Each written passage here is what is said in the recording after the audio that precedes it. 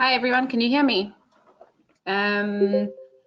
Thank you all for coming and for giving me an hour of your time. I am going to be talking today about why plastic bottles are not single use and other myths busted. My name is Kara, and as you can see, I am the marketing officer at PETCO.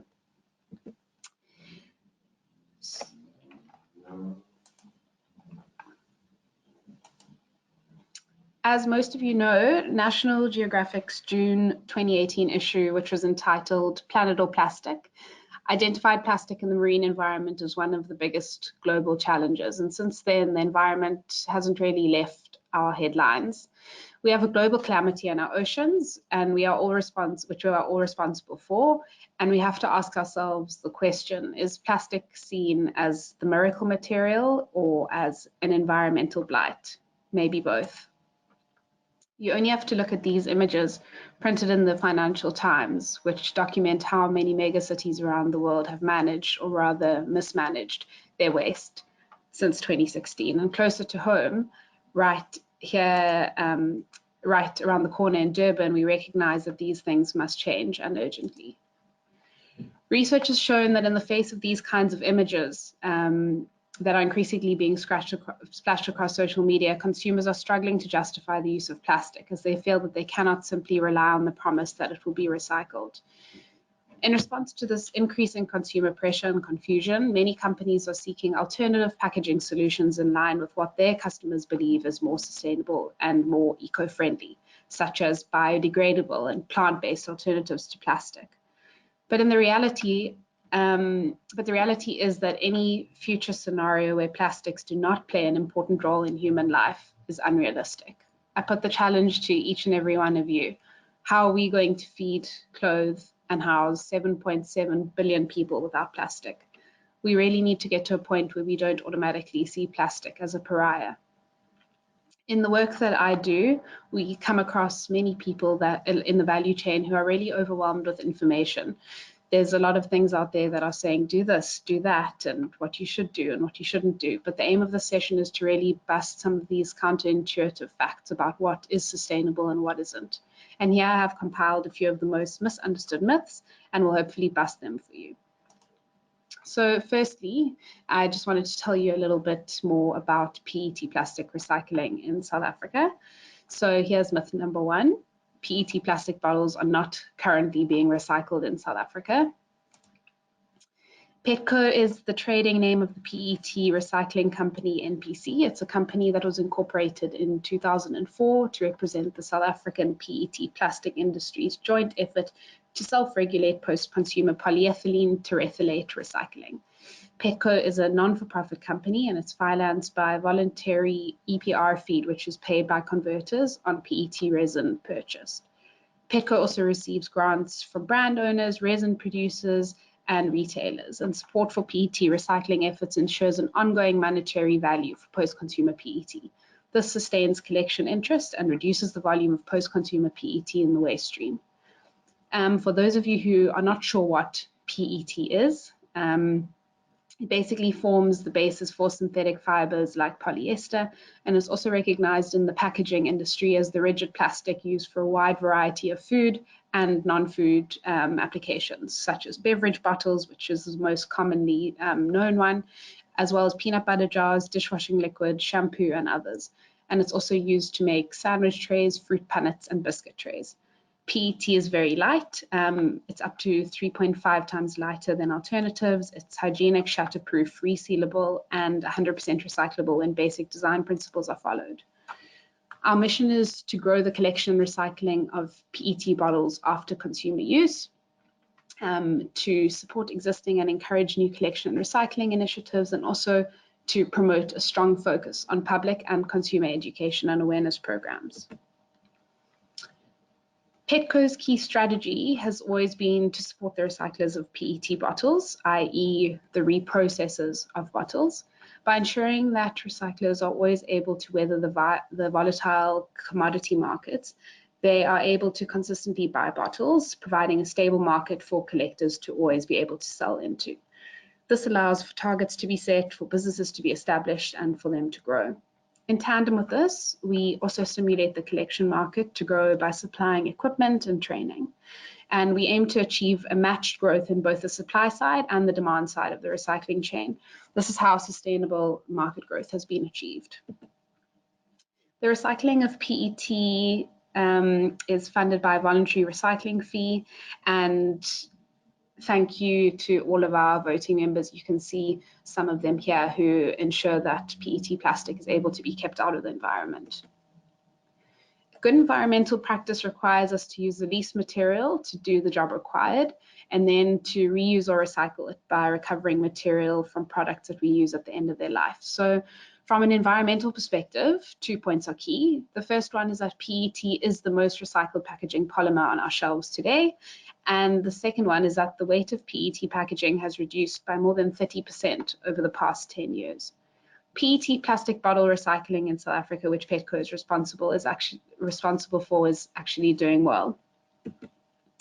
And to understand what PETCO does, we first need to understand how the economics of recycling actually works. And this may get a little bit technical, forgive me, but I believe that this is a really important point to illustrate and for people to understand the work that we actually do. So in the recycling value chain, we know that there are men and women that collect PET bottles for recycling. We call them collectors.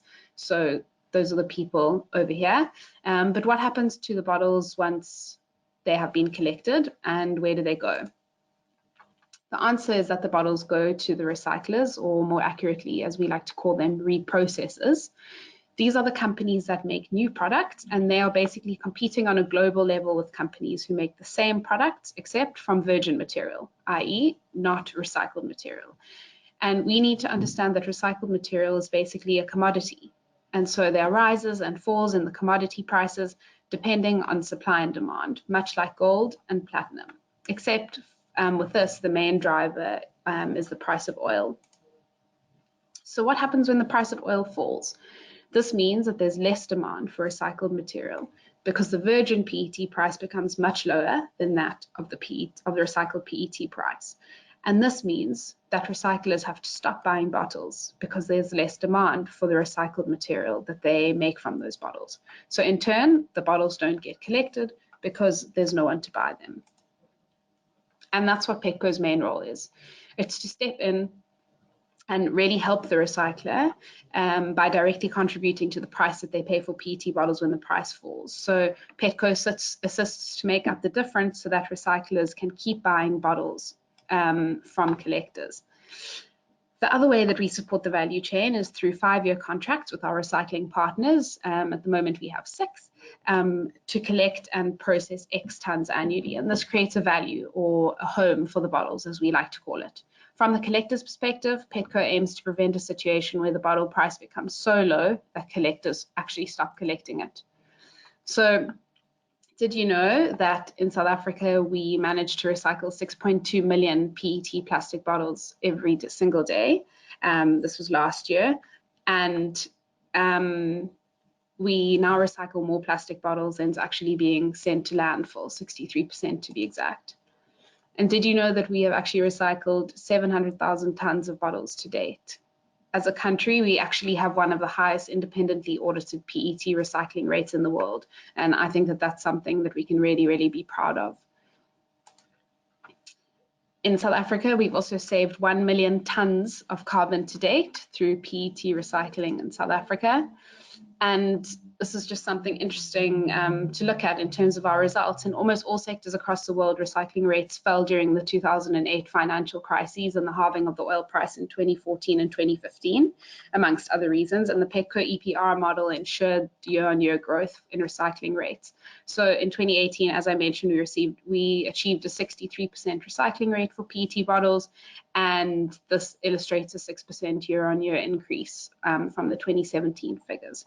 And we have an ambitious target to reach 70% recycling rate by 2022, which will require a massive doubling of the PET recycling market, which we will continue to drive and support. So we have a big goal, but I think that we are on track to achieve it. So here is the second myth, that plastic bottles are single use. Plastic has been heralded as one of the biggest environmental villains of the 20th century. So much so that people are also automatically thinking that other materials are perhaps better than plastic. And for here, we've decided to use a simple shopping bag as an example. However, over the last 20 years, many studies comparing paper versus plastic bags have been carried out with overwhelmingly similar and somewhat unexpected results. In countless life cycle assessments, plastic shopping bags actually score much better than paper counterparts, and even more so than recycled paper option. Why? Because paper weighs more, 4 to 10 times more, which means that there are up to 10 times more materials that require extraction from nature, processing, shipping, and then 4 to 10 times more that's eventually discarded. The real issue in South Africa, in the case of the shopping bag and many other examples, is one of disposability, or to be blunt, littering. Unfortunately, South Africa is not a compliant society, and we only need to look at our roads in order to know that this is true. So, as a society, when we are making big decisions intended to create positive change, such as banning plastic, we must take into consideration the entire system so that we don't accidentally replace one problem with another. This line of reasoning is also true for plastic bottles, which many see as the poster child for plastic solution for plastic pollution in South Africa. But everything at some point, whether it's plastic or glass or paper or metal, comes from nature. It's all about how you use the material that dictates the environmental impact. In short, functionality defines environmental impact. There are only a few materials that we should completely avoid. The rest is all about application. The recycling of packaging also does not begin with its collection, but it rather begins with its design. And therefore, in order to maximize recycling of plastic packaging, it's really essential that retailers, brand owners, packaging manufacturers, and designers embed recyclability principles into their pack design, so that at the end of its life, the packaging material can be successfully recycled and used again in new products and packaging. So we have actually just re-released our design for recycling guidelines, which is basically a how-to guide for all of those involved in the development, design, marketing, and procurement of packaging on how to design PET plastic packaging that works not only for your products, but also for our planet. The guidelines focus on the design of PET plastic packaging to facilitate recycling. And I think that this guide is really important for the journey to sustainable production and consumption in South Africa. It's also driven by the requirements of the mechanical recycling process in South Africa specifically. So did you know that right here in South Africa, we can actually recycle a PET bottle right back into another bottle? This is a picture of one of the 2 bottle-to-bottle plants that we have here in South Africa. The process is highly sophisticated. It is very, very technologically advanced. It represents the most sustainable end-to-end use of collected bottles, as it effectively closes the loop in the cradle-to-cradle cycle, where the material is never lost but recycled again and again in a potentially infinite loop. So this is why we say that PET plastic bottles are not single-use, because when basic design principles are followed, PET bottles can be recycled right back into new bottles, saving previous resources and energy along the way. And we are also always open to engaging with developers and designers to try and ensure that bottles are designed in the best way possible. And here are the key design guidelines to follow. If you are a designer or a brand owner or manufacturer or even a consumer, I'd say that these are kind of the things to look out for. In terms of color, do make sure that your bottle is transparent or clear. This means that it will be able to, or light blue. This means that your bottle will be able to be recycled right back into a brand new bottles. Then other ones that you would be able to see on the shelf as a consumer is the labels and the sleeves. If you are able to pull the label off easily, this is good for design for recycling. If glue remains on the bottle, then it means that this will be difficult to recycle. In terms of ink and direct printing, if you see a bottle that has ink directly printed onto the plastic, this can also be difficult in terms of the recycling process because it can contaminate the actual PET. So these are just a few things to look out for. And here are some examples of the end-use products for recycled PET. The largest end-use market for recycled PET, otherwise known as rPET, is into polyester stable fiber, and this can be used in a variety of products such as fiber for duvets, fiber for reusable shopping bags like the ones that you can get at Woolworths, fiber for duvets, fiber for roof insulation, or for car mats.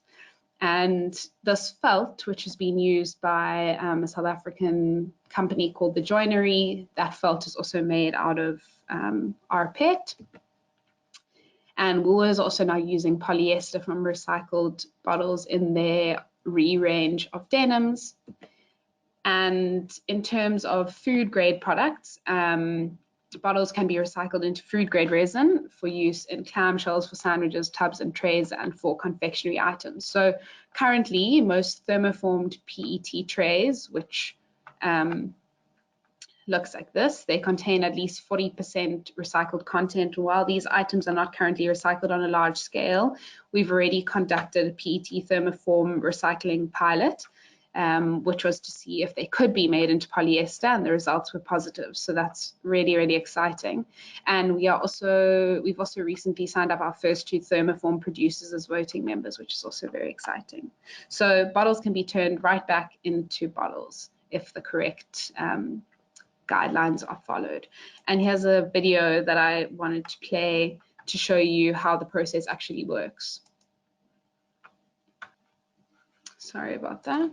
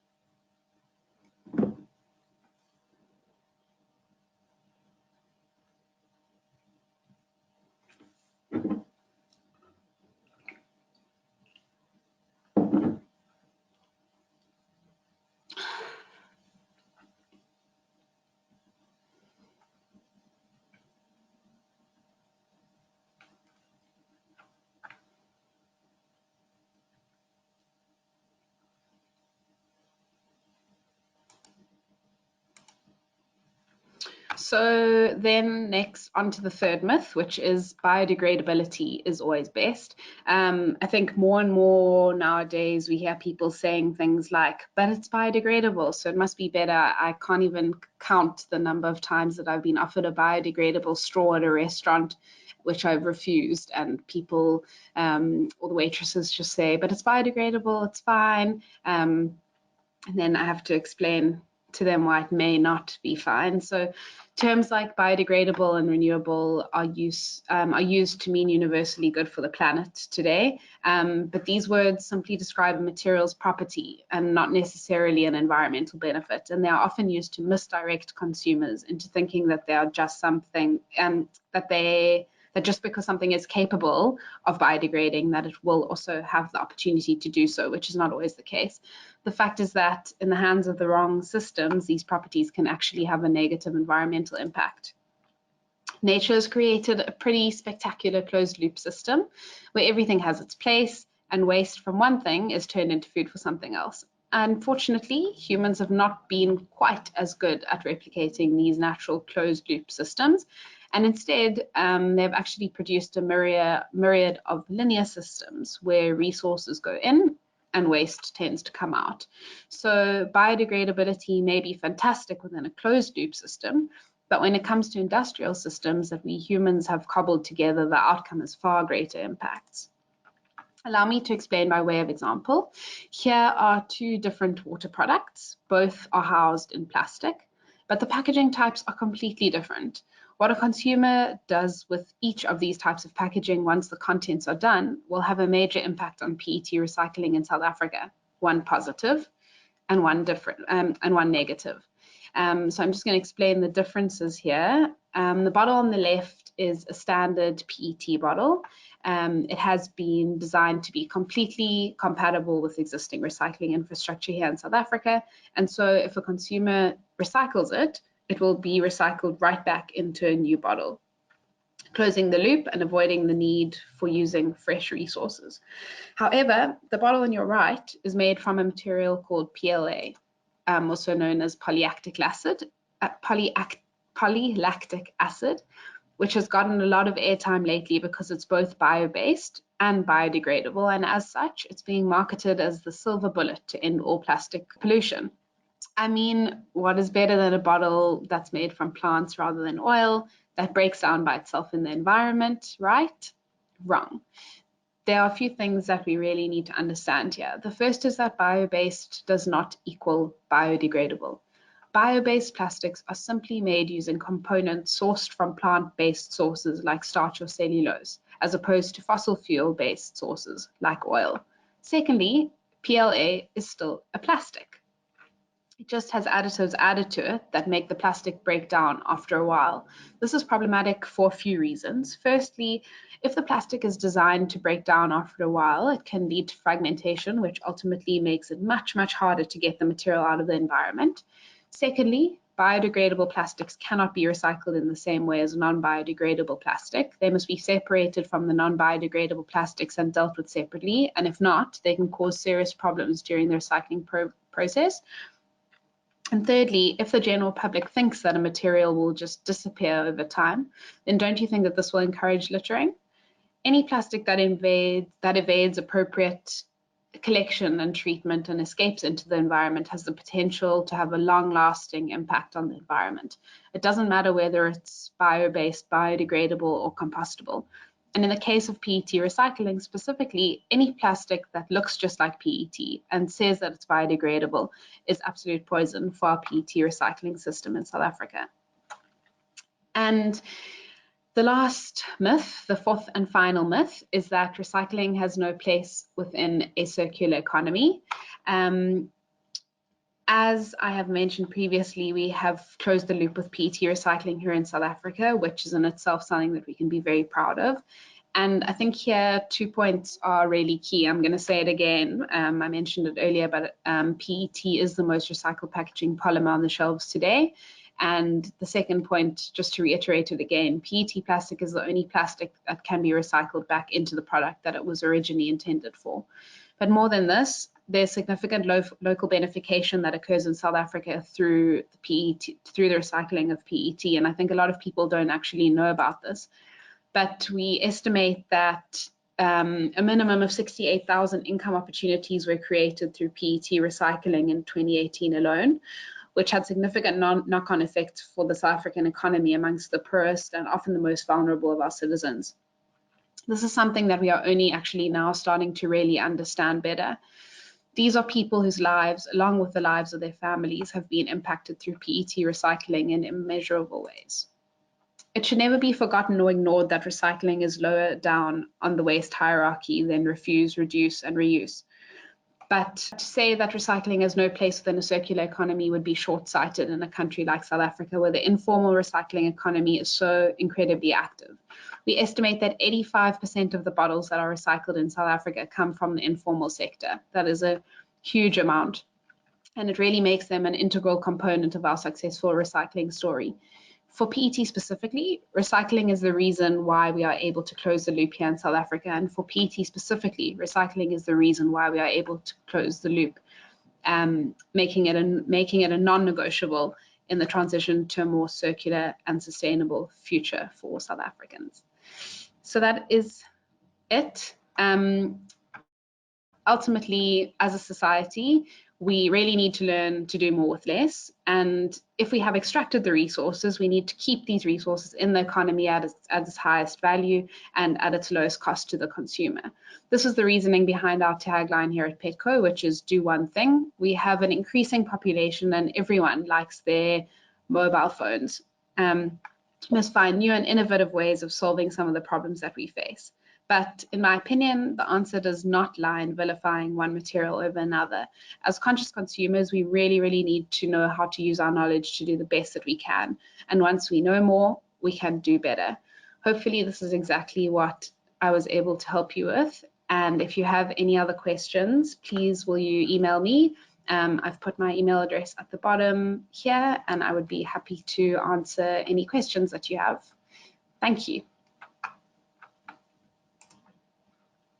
Thanks, Kara. That was very interesting. If anyone has any questions, please feel free to type them in the chat. In the meantime, I have a question, Kara. The PET bottles, they can be recycled and turned back into another PET bottle and kind of close the loop that way. How many times can a single bottle be recycled for that purpose, or does the quality degrade each time you recycle it? Yeah, so that's a very interesting question. There isn't actually a standard number, but it does degrade each time, and this means that there is a certain amount of virgin PET that does need to be added to it each time it is turned into a new bottle. And I think that this is really a space that we can improve on, and it also really comes down to consumer perceptions. In South Africa, from what I've read and from what I've heard, a lot of consumers aren't wanting to have contaminated plastic. They're not wanting to drink a bottle that is maybe slightly a different color to what they are used to because they think that it's dirty. So I think that we've got a long way as consumers to make, kind of shift our perceptions in the fact that just because it's slightly discolored doesn't mean that it's dirty or that it's unhygienic. There is a little bit of virgin material that is added each time, and there's no specific number.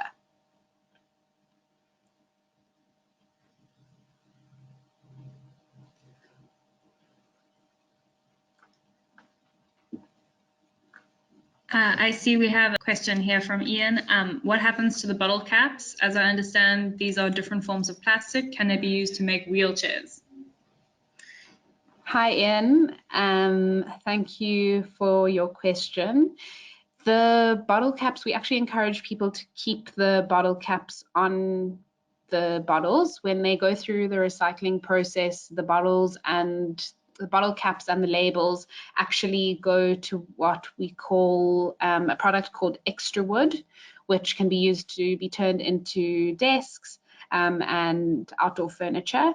So we encourage people to keep the lids on because they can be used. In terms of the wheelchair question, from what I know and from what I can understand, those bottle caps are collected and then taken to a buyback center, and it's the money that is received from those bottle caps that are used to purchase the wheelchairs. It's not actually the caps being turned into wheelchairs, as far as I know. Thanks, Ian. Kara, just another question. So obviously PETCO focuses more on the one particular kind of plastic that's recycled, but we've been discussing in the office the different kinds of plastic that are recyclable in South Africa. Are there any plans to expand to the other kinds? So obviously within the recycling little logo, there's the different numbers, so the 1 to 7. Is it just, does PETCO only focus on recycling number 1?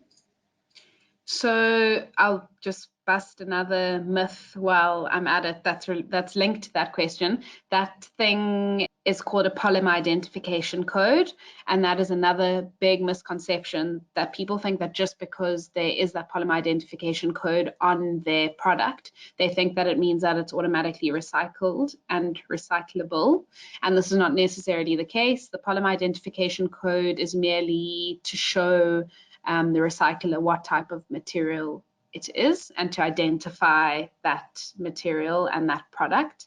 So that's one thing. And then to answer your question, there are other PROs, which is a product responsibility organization, and they look after the other polymer identification code numbers. So there's another organization called POLYCO, and they look after what we call polyolefins. We, at this stage, I'm not sure what any future plans are, but I'm pretty sure that PETCO is going to continue to only be the PRO for PET going forward. So yeah, you can go have a look at POLYCO's website for the polyolefins, and for other plastics information, you can have a look at Plastics SA. They also have a lot of kind of broader general information about plastics. Okay, great. And I see we have another question here from Sofu. My biggest thing is to get people to understand why they should recycle. Many people in the community don't know why it's important. Is there maybe a way you guys are doing to get people involved with some sort of incentive for the collectors, I mean? Because I know where I grew up, as much as you'd be told about it, understanding is not there. I hope I'm making sense. That does make sense. Thank you for the question. I think that the biggest thing that we need to make people understand, and this is my personal view, is that if people are going to be enjoying the benefits of packaging and the convenience of packaging, that they need to kind of feel responsible and take responsibility for disposing of it responsibly. I think that a lot of people are wanting to be paid to recycle. A lot of people are wanting the municipality to deal with their waste. And I think that people really need to understand that because packaging makes our lives so much more convenient, and it makes our food last longer, and if you forget lunch, you can just pick something up. People need to kind of start to take responsibility for that themselves. We don't incentivize per se, I suppose. Back to our kind of chain of the PETCO model, we basically ensure that there's always a demand for bottles to be collected. So in terms of the collectors, they are always incentivized to collect it because the recyclers will always buy it from them. But for the man on the street and for you and me sitting at home, there isn't really an incentive otherwise, I mean, other than wanting to keep your environment clean and kind of doing the right thing. But I totally understand where you are coming from. If we had the budget to pay everybody to do the right thing, it would be really great. But unfortunately, as a not-for-profit, we aren't able to do that. Okay, and I see we have another question. Do different PET bottles have different additives? And during the recycling, do they disturb the quality as it has different additives? Yes. I'm not a technical expert, but I'll give you an example of one of our award winners from this year. It was Fair Cape Dairies. And what they originally had is that they create milk and milk packaging, and they had a white PET bottle, and they had added master batch to the PET bottle, and that actually rendered their bottle completely unrecyclable. So the reason that a lot of people do add additives to the plastic, it's to protect the integrity of the product. But as far as I know, there are other ways to add those same properties to a bottle without disturbing the recyclability of it. So Shankari, I would recommend that you have a look at our design for recycling guidelines. But just to finish off the Fair Cape story, what they ultimately did is that they took the master batch out of the white master batch out of that PET bottle, and the bottle is now clear and the bottle is completely recyclable. So yes, different additives do have different impacts on the recyclability of bottles, and even colorants. So green and brown bottles can be turned into fiber, polyester staple fiber, and only the clear and the light blue bottles are able to be recycled right back into the new bottles. So the coloring of the bottles and the additives definitely does affect the quality of the bottles. Thanks, Kara. There's a response from Sofu saying, I don't think it's only the fact to get paid. However, if we can connect that with education and some sort of incentive, people are much more likely to get involved. Again, I'm not expecting you guys to do this, but I'm just bouncing off some ideas to get this to become a lifestyle in our area. A lot of people I know would tell me there is no plastic pollution problem, for instance, which can also be a kind of ignorance issue, I guess. Thank you for your presentation. Sure, I totally get it. I completely understand where you're coming from. I always said, even before I got into working in the industry, I always said if we could get people to care, if we could find a way to get people to care, that would be the silver bullet that would solve everything. So, yeah, I completely get it, and thank you for your comment. It's definitely something to think about and a constant thing that we're trying to work on, and definitely at the front of our minds. All right, and there's a question from Ian. What currently happens to green, yellow, and brown bottles which are sent to the recycling plants? Thank you, Ian. The green and brown bottles, I kind of inadvertently answered it when I was speaking a little bit previously, but the brown and green bottles are turned into polyester staple fiber, which can be used in car mats, duvet stuffing, and geotextiles, amongst others. There are, you know, the bright colored bottles, the luminous bottles, the metallic bottles are currently going to landfill. So that is why we are trying to ingrain these designing for recycling guidelines so much, so that people can actually design their bottles in a way that they are compatible with recycling infrastructure in South Africa, and that they can be turned into new and useful products. It's something like, you know, shrink sleeves also, bottles that have shrink sleeves on them. They are also going to landfill at this point if the recycler is not able to afford to pay people to cut the shrink sleeve off the bottle.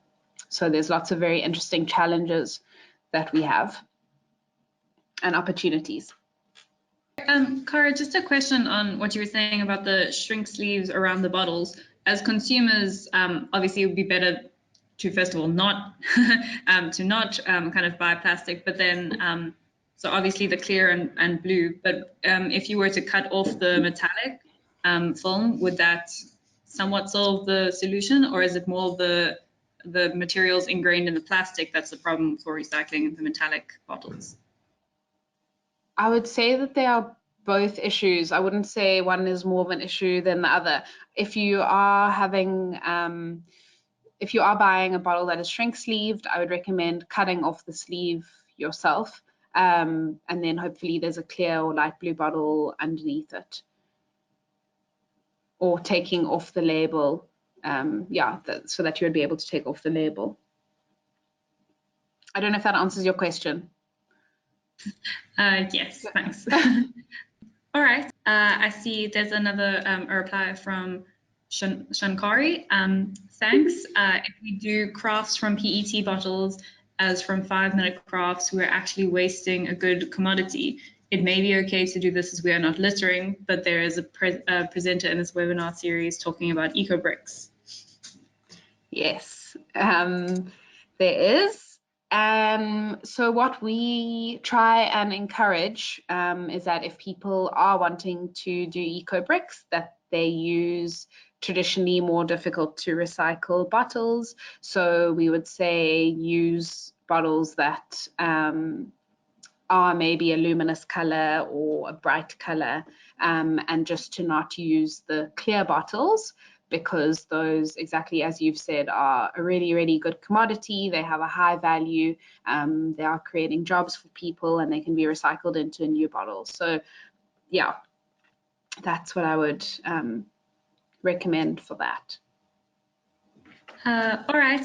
Thank you, Kara. I don't see any more questions. If anyone else has any questions that don't spring to mind now, they can feel free to either email Kara or email webinars at SST Africa, and we can forward that on to Kara. I just want to say thanks on behalf of SST. Thanks, Kara, for presenting, and thank you everyone for joining. It's been a very interesting webinar. Thanks. Great. Thanks for having me, and have a good Wednesday afternoon, everybody.